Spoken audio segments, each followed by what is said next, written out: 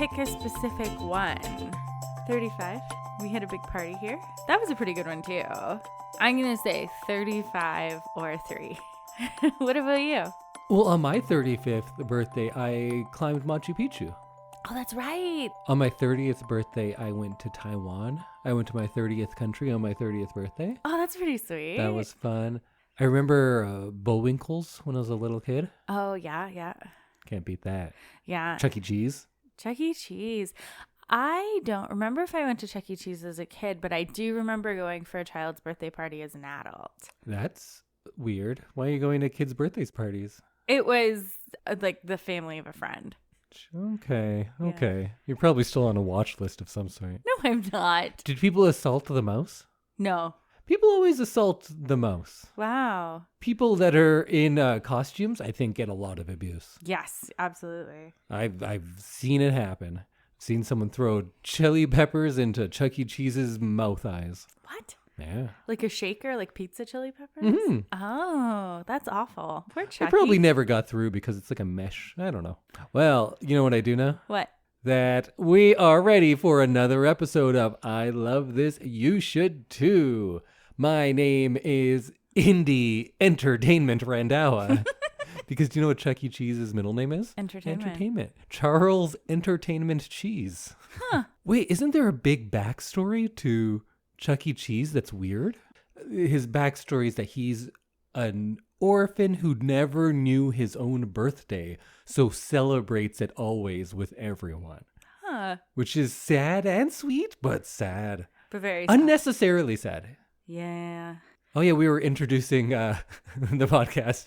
And with me is my lovely co-host, Samantha Cheese Randhawa. That's an adequate name for Yeah, me. you're 30% cheese. I think I'm more like 40% cheese. Okay, Yeah. somewhere in that ballpark. Somewhere 30 to 40% cheese range. Did I say the name of the podcast? Nope. Oh, it's I Love This, You Should Too. A podcast. A podcast. So, how it works, we take turns bringing something that the other wouldn't like, will probably hate. It's a little heavier this week because I think that's where we might be going. Yeah. Because last week, I brought forth a movie called Billy Madison. A bit of a departure of the things that I've been getting Samantha to watch, but I thought that we could discuss it in a very similar way that I discuss all the movies that we talk about here. We'll see how it goes. But before we do that, Sam, what's your reaction to Billy Madison? It was a movie that we watched. That is true. Yeah. And it was okay. That's it. You know, no, this part was great. No, this part was terrible. It had its moments. I enjoyed the going to school montage. Mm-hmm. I liked all the parties that he threw. He had some good like one-liners. I don't understand how the teacher fell for him.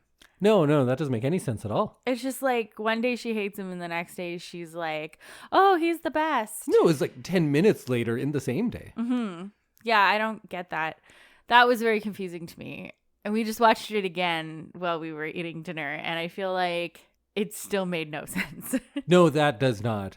I think that could be down to production and lazy writing. And maybe it's intentional. Because maybe this movie is actually an over-the-top satire of similar movies, many of which Adam Sandler would later go on to star in.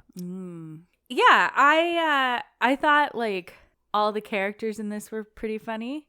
I liked how Bradley Whitford was like an evil genius. I enjoyed aspects of this movie for sure. That is way more positive than I was expecting. And we never got to the point on this podcast where we would argue. That's what I really want to do, is I want to vehemently make a point and sway you. Mm-hmm. But you're always like, yeah, okay. And then I make a point and you're like, yeah, that makes sense. Okay.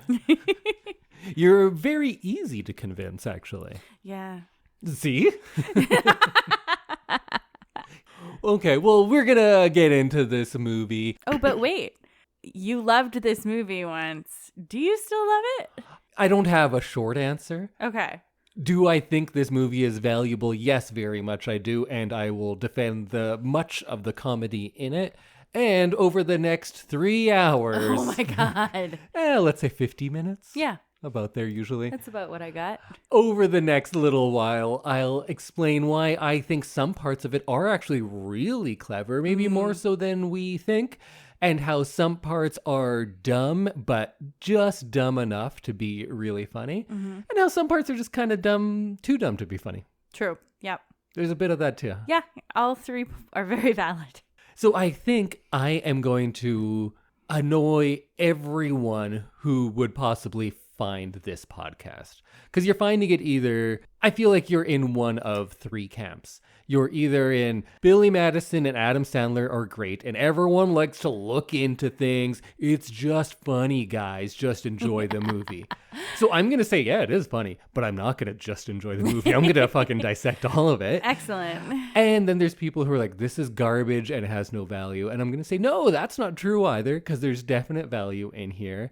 And I think a lot of people are of the mindset of, if you like one Sandler thing, you must like them all because it's all the same. And people who are both pro and anti Sandler are on that. And I'm like, no, not at all. He has very distinct levels and a great variety of levels in the quality of his movies, because there's a lot of straight garbage.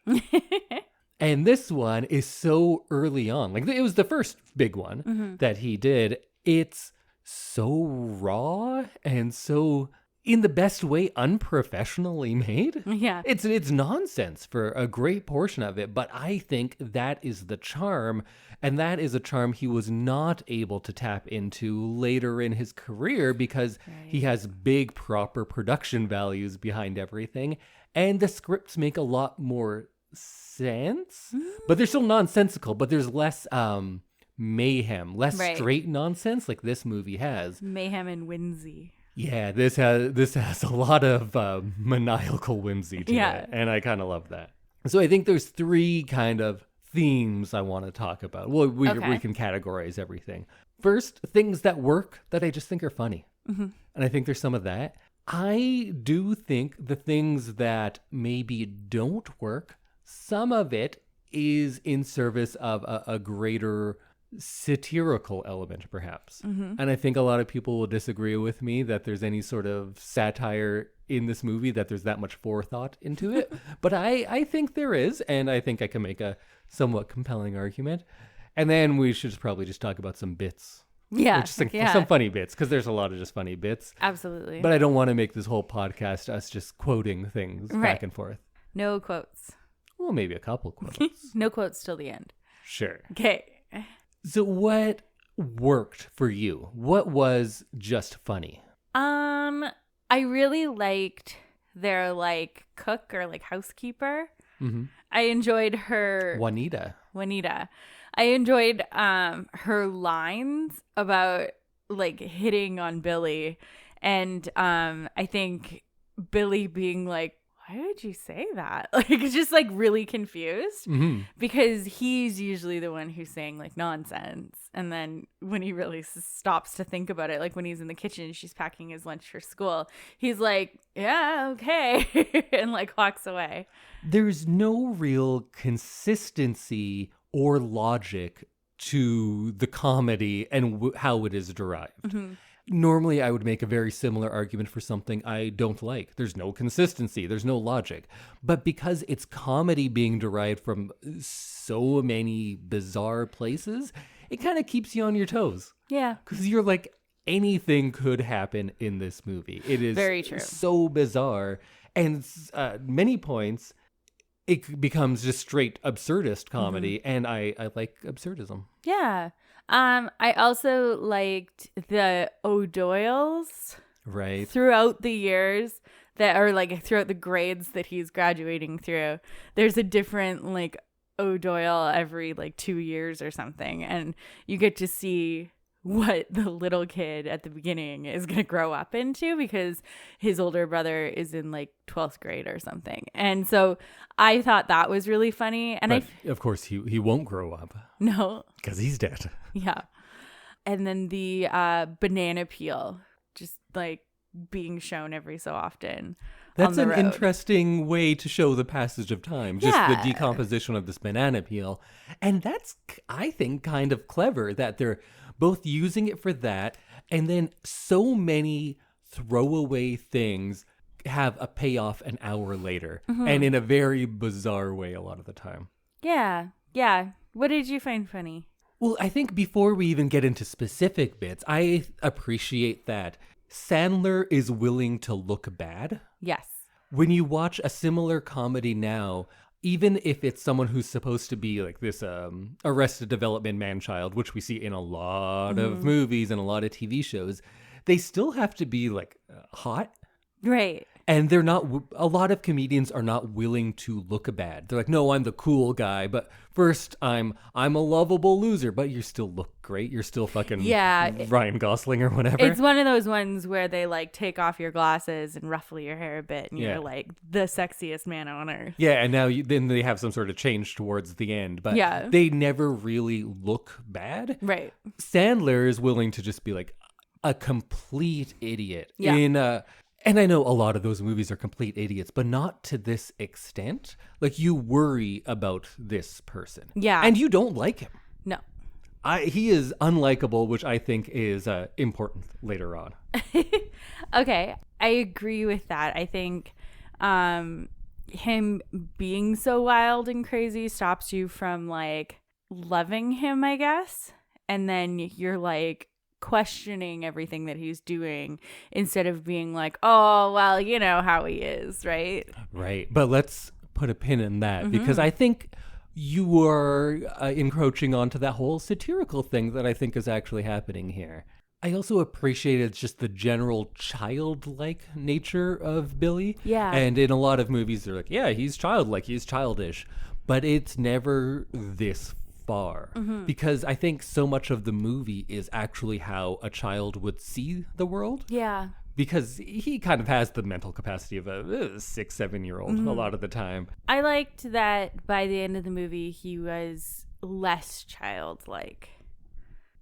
Like, he still definitely has that childlikeness to him, and he probably always will, but he seems more like aware of the world and where he kind of fits in it. Yeah, they try to make him a human by the end. Yeah, and I liked that. I liked that there was some growth, even if this movie is kind of dumb. Kind of real dumb. And I like the elements of this childlike world. Like, you remember the clown? Mm-hmm. So there's a clown, and then that's one level of funny, and then he falls, and you think, oh, that's the joke. But then there is that extra level of a shot of him bleeding and unconscious. Yeah. And that's kind of like there's this comedy coming from the childlike world where they're laughing like, oh, it's a clown and everything's funny. And then the dissonance of our adult world encroaching and our adult world with our real ramifications. Yeah. And you're like, oh shit, is that clown dead? Yeah. And that's kind of a perfect example of the comedy of the movie because you get one level of like, hey, there's a clown on stilts, that's funny. Then you get what would be a typical movie like this of he fell down and everyone laughs. Yeah. And a lot of movies would leave it there. But the fact that he then bleeds and we believe he's dead. Yeah, at and that nobody point, cares. That is this bizarre third level of comedy that this movie often lives in. And then it goes so far that he then comes back to life and sings a song. Mm-hmm. And that's what I like about Billy Madison. It takes the comedy that you would see in another movie like this and then pushes it 2 levels further. Right. Whether or not that's successful, that's a matter of opinion. But I love that this movie just pushes everything. And it's not like, oh, it's pushing the boundaries, it's edgy. It just pushes the boundaries of what reality is. Mm-hmm. It's just trying all sorts of stuff. Some of it lands, some of it doesn't, but they're just going for it. And they're not letting anything rest on what I think a lot of other movies like this are.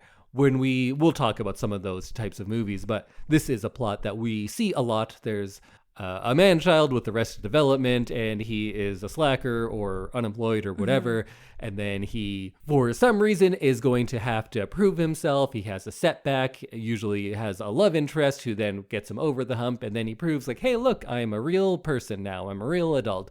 The end. We see that movie a lot, but this movie takes everything and just pushes it an extra level. And it's that absurd comedy that I think that I love about this the most. Yeah, it definitely pushes it to the next level. And then there's some things that still kind of play, like Miss Vaughn. What's Miss Vaughn's first name? We'll just say Miss Vaughn. Veronica. Veronica Vaughn, right. So hot. Want to touch the hiney. I remember that. Yeah. Veronica's character would play in a movie now. Yeah. Having someone who is like just a strong woman who calls him out on his shit. A lot of her motivations and reactions to him don't make any sense. True. But her character would be at place in a movie 30 years later now. Oh, absolutely. And she's having like a real world reaction to someone like Billy. And that's something I love too, that there are real world reactions to him. There are people who are like, what the fuck? Why don't any of you see this as ridiculous? Yeah, absolutely. And I think I really liked her character until she decided to fall in love with Billy. Yeah. Because she was like the one person other than like the villain guy who is like, this guy's an idiot. Like, I don't understand why we're doing this for him. I don't understand what he expects to get out of this. And like, it's just really dumb and I don't want to be a part of it, but I have to be a part of it. Why do you think she does? Why does she what? Fall in love with him. I don't know. Do you think she's just a pedophile? Oh, I don't know. Maybe. Because then she's like, well, he has the mind of a child, but the body of an adult, so I won't go to jail. So I'm going to go with him. Yeah, that's a creepy turn. Yeah, well, this movie's creepy a lot of the time. Yeah, I don't understand why she goes for him. But when you say it's like satirical, like making fun of other movies, I think that makes a lot more sense. Let's not get into it yet. Or Okay. should we? No, Just before we do, one other thing I think works and would work in a movie today is this idea of Steve Buscemi being this bullied kid that he apologizes to. That's a little ahead of its time, too. I liked that. And how then he comes and like saves him at the end. Which makes no sense. No sense at all. Why was he there? Why Yeah. would he know that he needed help? I guess he was just in the building to shoot someone else at the time and helped out Billy. Yeah, that's another weird thing. But I liked that little moment of like, oh, maybe I shouldn't have been such an asshole. Yeah. Like he does like learn a few like legitimate lessons throughout this. There are actually, we did Mean Girls last. There are actually some parallels between this and Mean Girls. Quite a few. I was very surprised to notice. So let's get into how ridiculous it is and how over the top so much of it is that I believe it starts getting into the realm of satire. And I think that's part of why I like it so much. So we were talking in the pre-episode about in the 80s and 90s and still today, but since this came out in 95, I want to say, around then, a lot of the things that were coming out at the time, this is the time of Ace Ventura, of Problem Child, of My Cousin Vinny and Mrs. Doubtfire, where you get a character who is a man-child in some way, and it is that plot that we already talked about, that they're going to be placed in a position where they're a lovable underdog and they have this comedic persona and they're going to triumph over their enemies who are usually rich and smug, and they're the new boyfriend, they're the stepdad. Right. And they're probably fine guys, but you know what? They're not fun-loving like this main character, right. So we hate them. The tone is light and there is going to be some heartstring tugging towards the end when they learn their lesson or impart a lesson on somebody else. And there's probably going to be some like slapsticky humor. People are going to fall down. People are going to put pies on their faces. And Robin Williams and Jim Carrey are going to mug to the camera. Yeah. And everyone's going to have a good time. And Adam Sandler, I think, after this, goes on to be the person to make of those that, movies. Yeah, of that genre, yeah. He makes them more than anyone.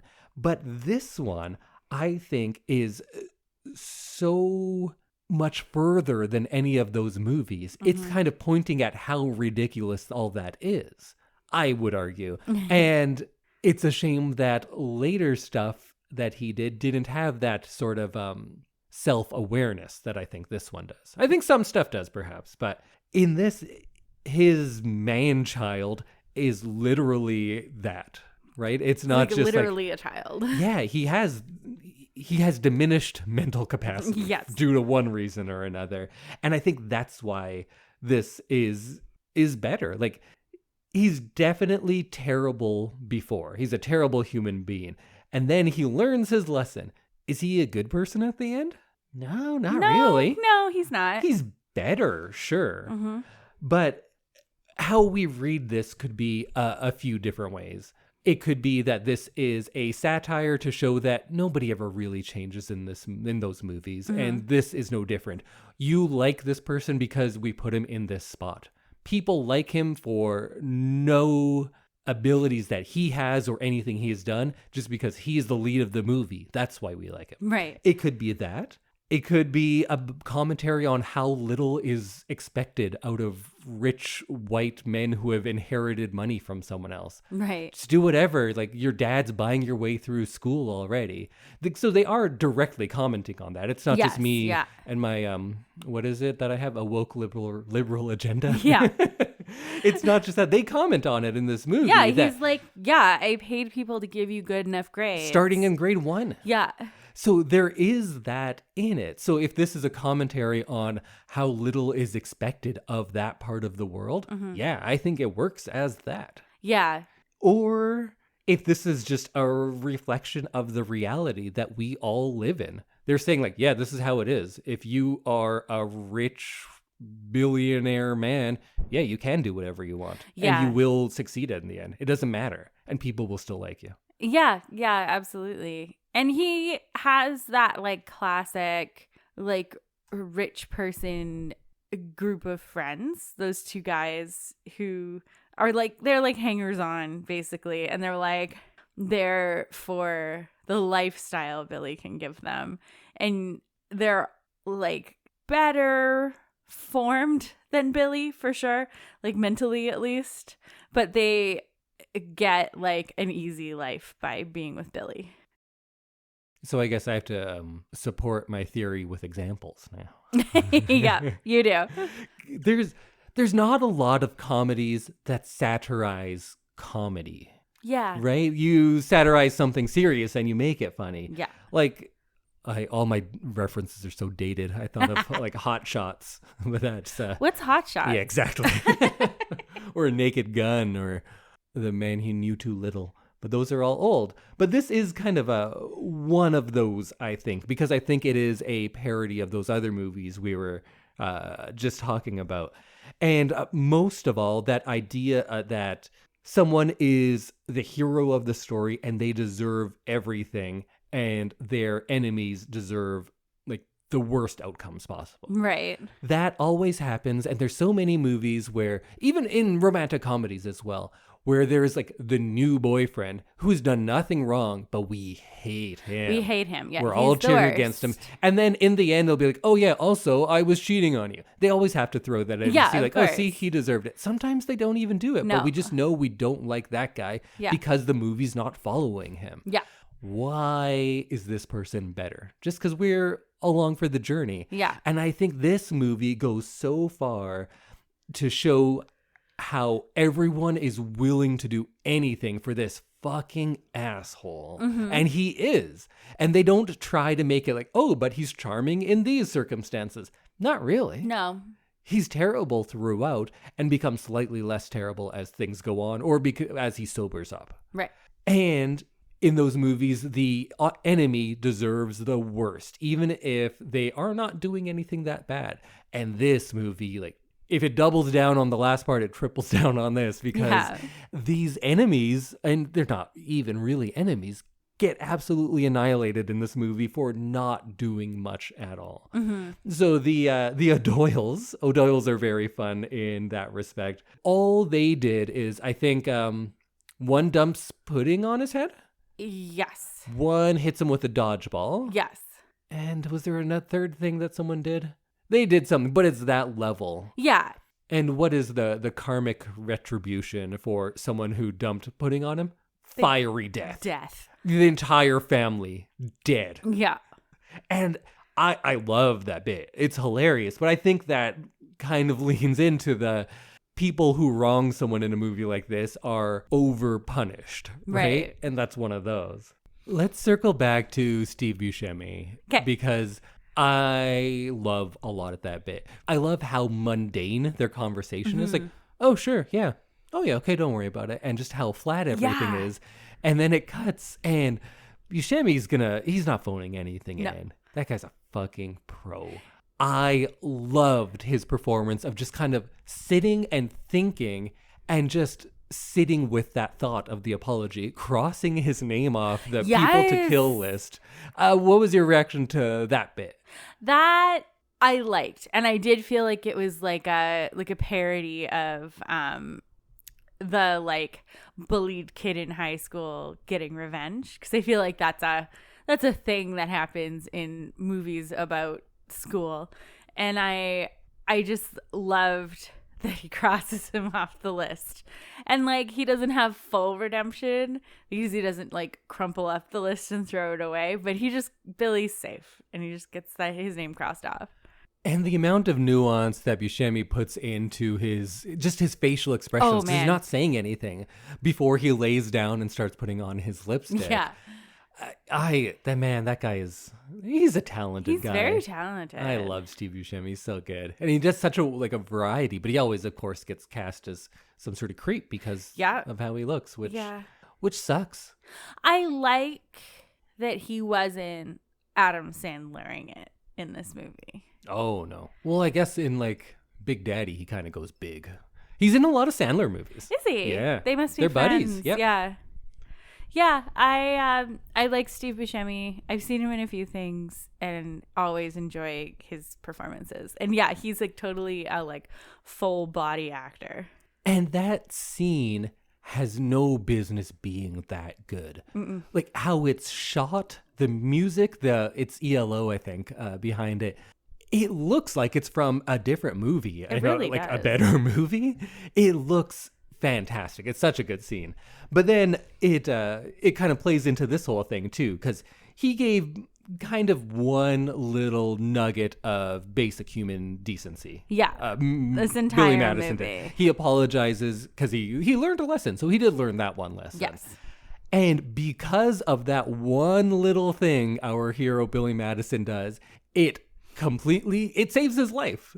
Yeah. Right? Because first, he was going to get killed by Buscemi, I guess. But then, because he apologized, out of nowhere, we get a Deus Ex Machina or a Buscemi Ex Machina. He comes out of nowhere and just saves the day and shoots Bradley Whitford in the ass and just gives a big thumbs up. Yeah.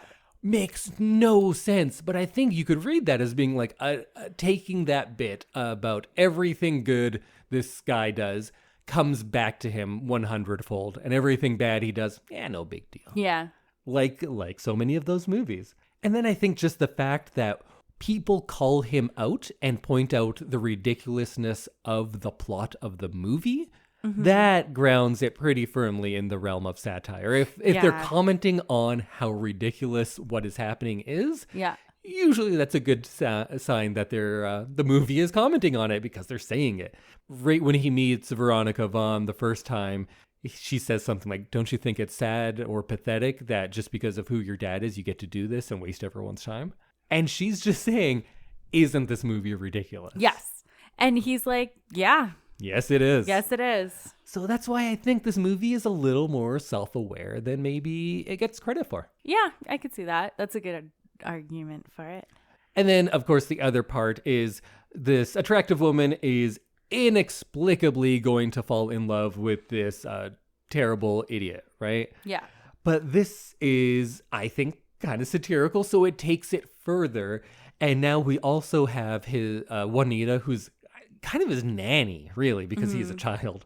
And the principal also fall in love with him for no reason. Yeah. So in your normal movie, the pretty girl falls in love with him.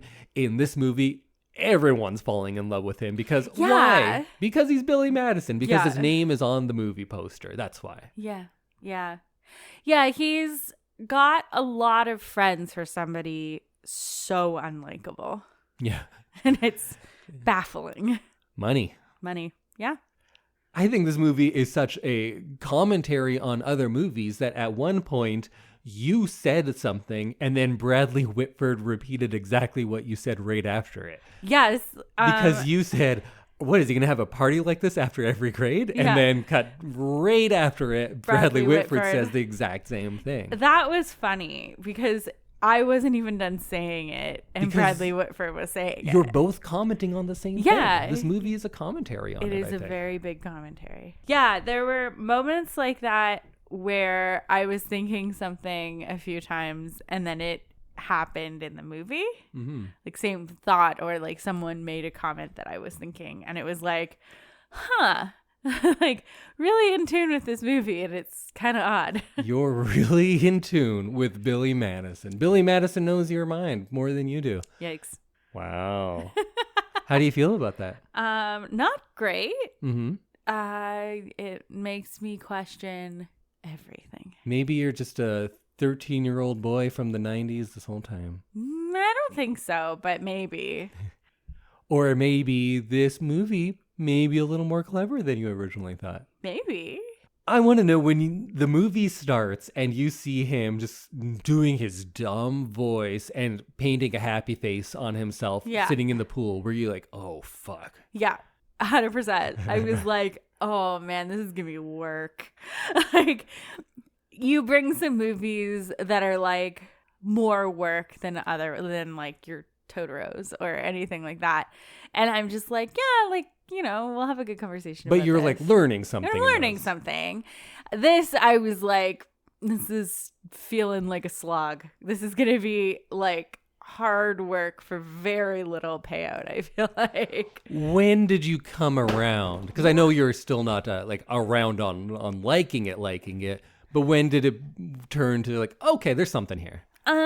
Probably when he started school. Yeah, and he was kind of like growing up before our eyes. I feel like that's kind of when I started to be like, okay, like I'm more on board here. I thought at the beginning, like the first half an hour before he goes to school or 45 minutes, I felt like... I think that's like 20 minutes. Or is 15. it? This movie is only like 87 minutes long. Oh, man. It felt so much longer. Yeah. When they're like racing the pickles down the restaurant window and like scooping up dog poo and stuff. And I was just like, this is a boy movie. It's a boy movie. A dumb boy movie. Dumb boy movie. Mm-hmm. And I'm not going to have anything to say about it. Mm-hmm. And I'm like upset that I have to watch this. But then I came around. I got like sucked into it. And I think the school bits, which is apparently not like 3/4 of the way through the movie, like I thought, I think that they kind of endear you to his trajectory, I guess. First of all of the kids are great. They don't seem like actor kids. No. I loved how many of the kids, their reaction to him was just staring at him with their mouths open. Yes. Because that's what actually would happen. Yeah, absolutely. And I think Billy has an easier time at the beginning because those kids are about where he is mentally. And that's where he fits in, right? That's where his friends are all the people he made friends with in grade 3. I guess he has those high school friends later on, but they're not with him as much. Harder time as he gets older. Yeah. Because he never got older. Yeah. Because he never had to grow up. I guess I never even mentioned, if there's anything that's calling out the idea that all of these protagonists in these types of movies are children at heart, he spends the movie with children, only relates to children. So it's pretty clear what they're going for, I think. But yeah, absolutely. Should we just talk about some bits we liked? Sure. One of my lines that I quote from this movie most often is I only call Triscuits delicious Triscuit crackers. Yes, you have quoted that to me many times, and I had no idea. But also, it doesn't need to be from something. You just be like, oh yeah, I love delicious Triscuit crackers. Yes, yeah. You just have to say the full thing. But I can tell when you're doing like a bit. If I had known there would be delicious Triscuit crackers. Yeah. And then the apology. But they are delicious. Well, your sorry doesn't put the Triscuit crackers in my stomach, does yeah. it? I love the specificity of that and the just out of nowhere nature of that whole exchange. I like that those two men, Eric and Carl, are like also a little childish or like quite childish, even though they're supposed to be like the adults in this situation. I think it's funny in those little moments like that, and him playing with his mouse on his desk, and like just like those little moments where you're like, okay, so not everybody is like an adult in this. In fact, I think the movie says most people are idiots. Yeah. Elementary school teachers are probably the exception. Yeah, exactly. The dodgeball game. Oh my God. The dodgeball game. Like, children were getting hurt. They did. In the filming of this. Like, yeah, they absolutely did. Oh my and God. There's so many stories about that. About sometimes I hear the story of the parents are like, okay, if you need to, just wail on these fucking kids. And sometimes they were very upset about it. But yeah, kids got hurt. For sure. My God. Like some of those hits, I was like, as an adult, I'd be really upset if I got hit like that, even if I was being paid to do it. Like that, I can't imagine being like 6 and taking a dodgeball like that. I liked Miss Lippy a lot. Yeah. She, of course, they played like, oh, she's weird and crazy, and that was fun. But I loved when he goes on his rant about like, you find that fucking dog. Yeah. That whole bit. And she sits and kind of considers it. Yeah. And it's like, oh, okay. Yeah. She listens. Yeah. She's great. I really liked her performance. I liked that in the end, in the academic decathlon. Yeah. Where he talks about that story again, she seems so proud. Yeah. And I like how like loving she is to all of those kids. And then when she's smearing paste all over her face. That was pretty funny. Yeah. I liked during the dodgeball scene when he comes back inside and he's like, I'm out. And she's like, no, you can just go play in the next game. Like, you're not out forever. And then she's like, no, this is my special time. You need to leave. And that's like such a true to life teacher thing. Like any spare second, you're like soaking in the moments without children running around everywhere. I do question her letting grade 1 students play unsupervised dodgeball, but you know what? Yeah, in the yard. I was like, who is watching these children? Nobody. And also you're giving them projectiles to throw at each other. I feel like there should be an adult there watching. Remember when he just starts dancing to I'll Tumble For You? Yeah. And he like also seems surprised that music started playing. Yeah. So is that in his head? I don't know. I think there's an argument to be made that he is actually insane. Yeah. Because he does see a penguin, and you don't hallucinate from drinking beer. No. So I think he might actually be insane, or he's on drugs. Yeah. Which is very possible too. Yeah. Yeah. There's definitely a strong argument for being like insane. But yeah, the penguin scene was pretty funny. And also like mystifying right at the beginning of the movie. Yeah, it comes in hard with a lot of weird stuff. Right at the beginning. Yeah. Remember when Chris Farley's driving the bus and how long they linger on his face when he's just muttering and his veins are throbbing and his face is getting redder and redder and he looks like he's about to have a heart attack? Or cry. Yeah, probably both. Probably both. Yeah, that was... there were some like long shots on things like the clown and like the bus driver where you're like, why did that need to be that long? I think because then it comes back around into that the third time funny. Mm-hmm. You're like, oh, it's funny he got hit by a sandwich. And then you're like, oh, it's funny he's angry. And then it just keeps going. And then you're like, oh, it's funny that his life is a mess and he has no control over things and is on the verge of something terrible. Yeah. Yeah. And then you think, is that funny? I guess it is. Looks like he's about to murder somebody. Yeah. And if he doesn't eat those lunches, he's going to snap. Yeah. That's all he can do. That's all the control he has is Yeah. to eat the lunches. So he takes that. I would also snap if a teacher was loading a bus full of kids who peed their pants onto my bus. Oh, yeah, that's fair. Like, I would not be happy. I would be like, nope, get another bus because that's gross and unsanitary. Remember how that old lady pees her pants so much? Yeah. And she believes in Sasquatch and then thinks that Sasquatch is doing stuff around their site? That Sasquatch comment was so funny. And how nobody paid attention to it. No. They were just like, okay, and they just move on with their lives. I feel like that was a great line that got zero reaction in the movie. And I think that's why it's funnier. Mm. If everybody laughs at it, is it that funny? Mm-hmm. I think the lack of reaction is half of the humor of that one. Comedy comes from such bizarre and It really diverse does. places. Yeah, in it this one. does. Remember how you're on a podcast talking about the brilliance of the diversity of comedy in Billy Madison, and you're like, yup, I agree. I love when Got you point stuff out like that to me and then laugh. But the thing is, if there's someone listening to this who loves Sandler, they're probably furious with me. They're like, you're ruining it. Nothing is funny the more you look at it. But I say good comedy, which this has some of, is very funny when you like really look at it like that. Yeah. I think I can break down that the clown falling, and that doesn't make it less funny. No, I don't think so. This movie was like dumb funny, but I can see all the points that you're making. But also sometimes smart funny. Smart funny. Yeah, in moments. It had its moments. Then I just have written down the Sloppy Joe lady. That's a bizarre performance. Why is that in there? Exactly. Like, why is she like that? So then you think, is that human meat? That's where I went, because she is I didn't go there. coming from a horror movie. I don't think in this world that is the case, but I think the performance that she is giving is something that's what you would expect.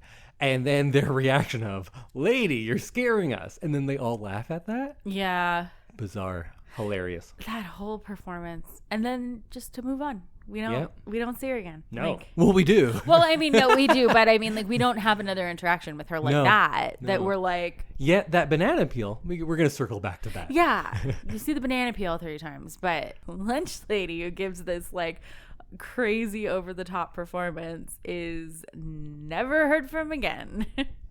Can we talk about all the funny things that happen at the various parties? Yeah. Those were some of my favorite bits for just complete nonsense humor, and then you just move on. Yeah. When his one friend is just sitting and spraying that kid with a hose? Yeah, he's like, I don't even know you. Why are you doing this? Stop it, mister. I don't know what. That's, I think, maybe disturbing. I don't know, but Yeah.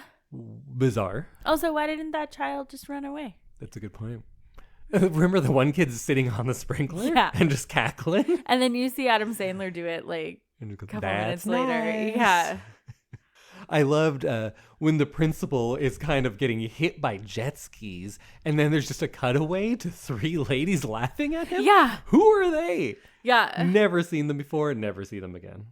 And then I like how the principal walks into the house with the flippers on. Yeah. It's like, When I was 13, when I watched this, because I don't think I've seen a Sandler movie in theater. So I saw this on home video. I think this did reasonably well in the box office. I think it made twice its budget or something like that. Yeah, but it did was- real well on home video. Did This it? was mid to late 90s. That was kind Oh, of right, yeah. the time of the home video. And I definitely rented this more than once as a teenager, and then figured out how to record a VHS onto another VHS. Right. And did that. and then never rented it again. Right. Yeah. This movie cost $10 million to make and made $26.4 million in the box office. So success. Yeah. Very successful. 24 million compared to what Sandler movies make now is crazy. Yes. I think that Hotel Transylvania made something like $350 million or something. Oh. It's crazy how popular those movies are. And I think a 4th one is coming out now. Of course it is, because we don't have new ideas. We don't. But hey, you guys are paying for it. why don't you spend some of that money on donating to your favorite podcast? Or maybe not your favorite podcast, but one where the people are broke. Yeah. Just saying. And then another bit at one of the parties was whenever you see Bradley Whitford, he's having a bad time. And there's that 3-legged race where he's just pulling that kid along. And he's berating this child. Or there's one time where a kid just comes up and tugs on his tie or his jacket and goes like, hey, mister. And he's like, beat it, kid. And shoves this child. That was hilarious to me. Yes. Bradley Whitford had some great moments of just like being that person who just doesn't understand children. Like you can tell that he probably doesn't have, like his character doesn't have kids of his own. Or just, like, sometimes being that person that people who do work with children wish they could be for just a second. Yeah, exactly. After like the 40th child I've talked to in the last 20 minutes comes and is like pulling on my sleeve, sometimes I do kind of want to do a beat it, kid. Get away from me. And just like go on about your day. But, you know, I can't. No, I remember working in daycare and there would be a couple moments in the day where I'm just like, can someone just not be touching me for 5 seconds? Like, right. I just need a minute where nobody is touching me because right now I'm just like crawling with little hands and I hate it. And then you go back to using your customer service voice on babies and pretending everything's fine. What about the musical number? Musical number? Do you forget the elaborate long song that's in this movie? Yeah. You did, when we watched it, you spent a lot of time on your phone as well. I feel like you kind of just need to watch the song right now. Okay. All right, we just watched it. So the song. It was dumb because they brought back the clown. I'm like, I didn't need an explanation on what happened. I did. I think that's hilarious. That these throwaway things come back in bizarre ways. That if you see a clown die, you're not like, oh, I bet he'll come back in song later. True. And then, do you have any more gum? Yeah. What? I don't know. It's like nonsense. No, yeah. It's just like someone just making up words to a song. But it didn't even rhyme. It was just an afterthought. And you don't just like sneak something into a song. They thought, what if at the end he asks for gum? Yes, let's do that. Let's make an elaborate musical, and then at the end, him just ask for more gum. Yeah. Weird. Hilarious. So I love that bit. I love the do you have any more gum? And when I was 13 making videos with my little handy cam, those are the types of things that we would try to do. That's what I loved about Kids in the Hall. That's what I loved about this. These bizarre, absurd things that seemingly come from nowhere, but kind of tap into some sort of comedy. Yeah. That you don't know why it's funny sometimes, but to me it is. Yeah. Yeah. I liked this song. I liked how Veronica, when she's singing, is like very clearly in a dream or like in his imagination. Right. Like, is this whole thing? Yeah. Who knows? And then it seems really real at the end, too. I think it really happened. Yeah. But everything is just as dreamlike, right? If there's penguins, although that part I think is not real. Oh, but then the penguins interact with other people. Yeah. So maybe there's a real penguin. Maybe. Man, wild stuff. Yeah, that is wild.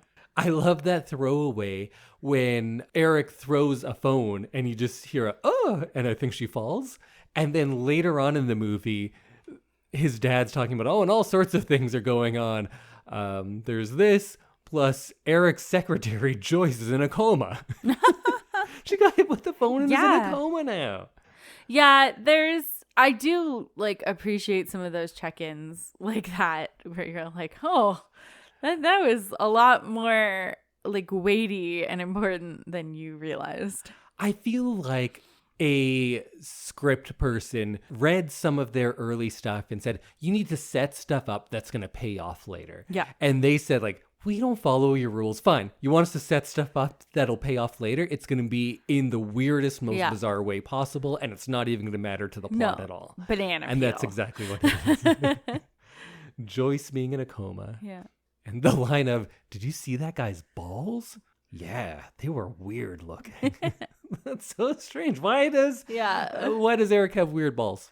Because I took it as like, because he's an adult. Oh, I thought there was something actually wrong with his balls. I think there's maybe, but I assumed it was because he didn't have like children's balls. Well, they were high school kids. I feel like maybe. I don't know. I just want to move on because you already said children's balls. And I think we shouldn't get any more sound bites around that territory. And let's just move on. Yeah. We have to talk about the ending and the academic decathlon. Yes. Hilarious. Bradley Whitford catches fire at one point. Yeah. That like the little things that like don't stop the decathlon are hilarious. And Billy Madison wins one of them by making a boot just appear in a bucket. Yeah. And then it's the reveal is he cheated. Haha, that's funny. But no. Wait, let's go back. How do you win chemistry by creating a boot? Yeah. That's way more strange than the bit about him taking a shoe off. Yeah. Yeah, that's that didn't make a lot of sense. What was the assignment? That's what I want to know. Yeah, like what part of chemistry creates a boot? Yeah. And then like how did he expect to win with a boot in chemistry? And then one of my very, very favorite moments of this whole movie, and probably something that ties into pointing out how over the top this movie is and kind of lending to the idea that it's satirical in some way or another, is at the end when he gives his long answer about comparing the Industrial Revolution to that puppy book. Mm-hmm. And you're expecting, you have the music, you have all of the treatment that you would get from Bradley Cooper's big dance finale in Silver Linings Playbook, which I think is a ridiculous movie, as ridiculous as this. Because in that movie, which I think was nominated for an Oscar, several Oscars? Yeah. Fucking kidding me. My God. The climax of that movie depends on he has put money on the Philadelphia Eagles winning and himself winning a dance contest. Go Birds. Good fuck off with that first. Hate the Eagles. But that's the plot of a movie where we're like, oh, this is a prestige drama. It's like a serious prestige drama. Yeah. That is no less silly than an academic decathlon. Yeah.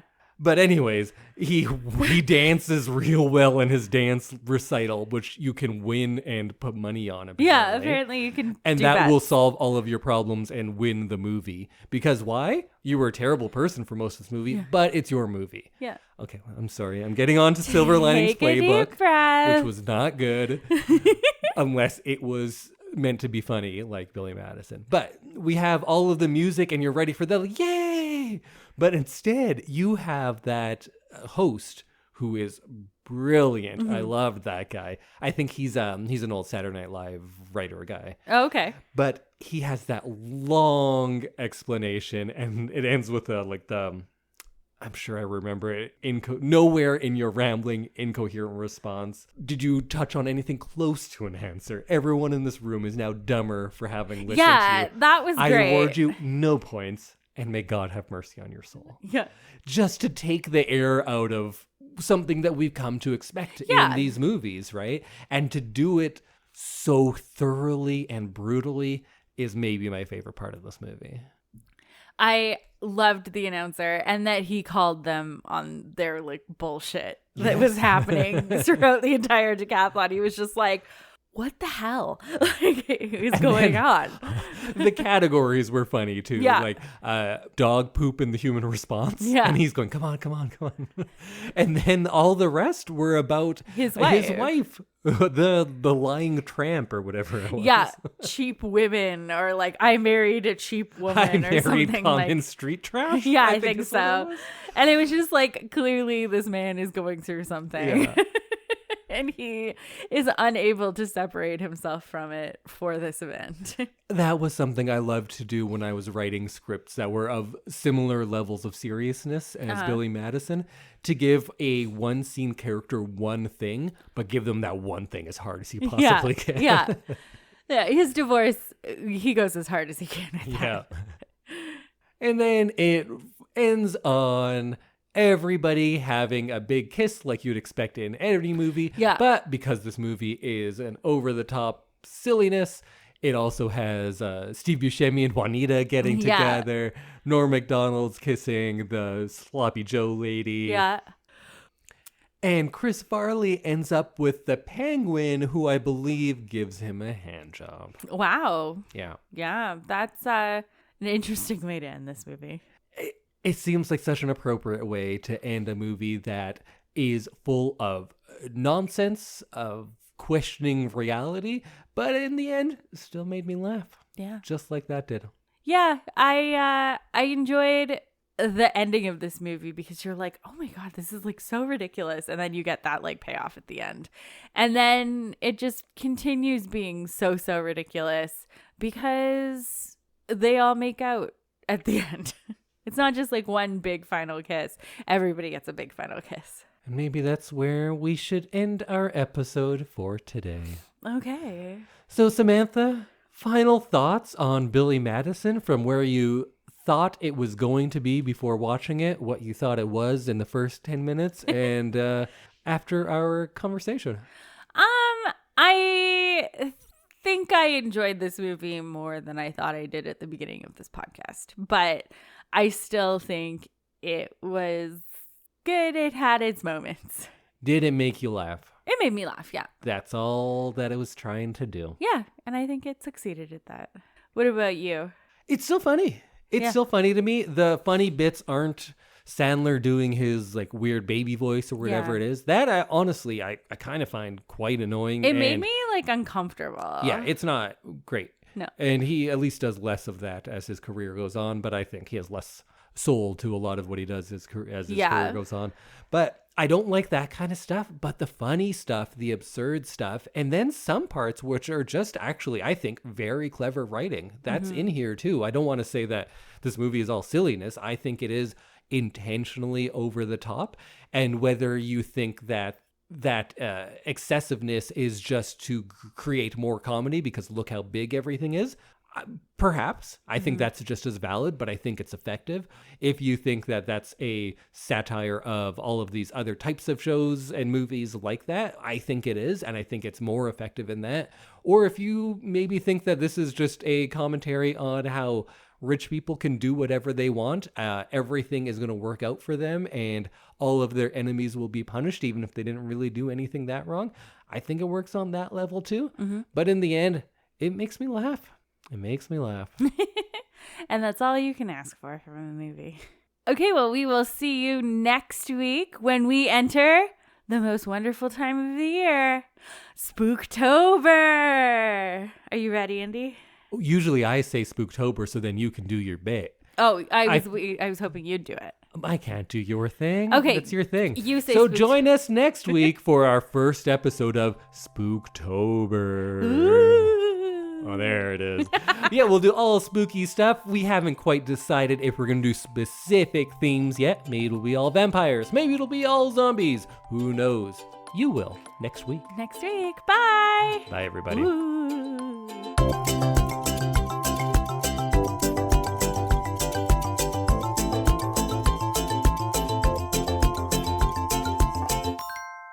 Children's balls.